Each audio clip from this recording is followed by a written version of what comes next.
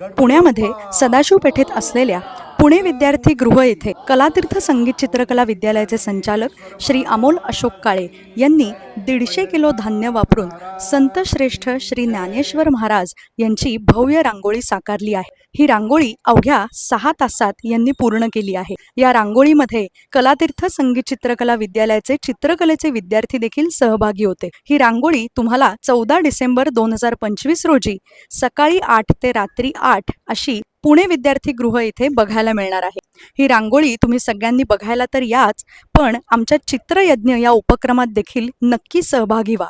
तुम्हाला या चित्रयज्ञामध्ये येऊन एक चित्र काढायचं आहे आणि ही सर्व चित्र आपण आपल्या भारतीय सैनिकांना संक्रांतीच्या निमित्ताने शुभेच्छा पत्र म्हणून पाठवणार आहोत। त्यामुळे आज म्हणजेच 14 डिसेंबर 2025 रोजी रात्री 8 वाजेपर्यंत ही भव्य रांगोळी प्रत्यक्ष अनुभवायला नक्की या आणि चित्रयज्ञ या आमच्या उपक्रमामध्ये देखील नक्की सहभागी व्हा।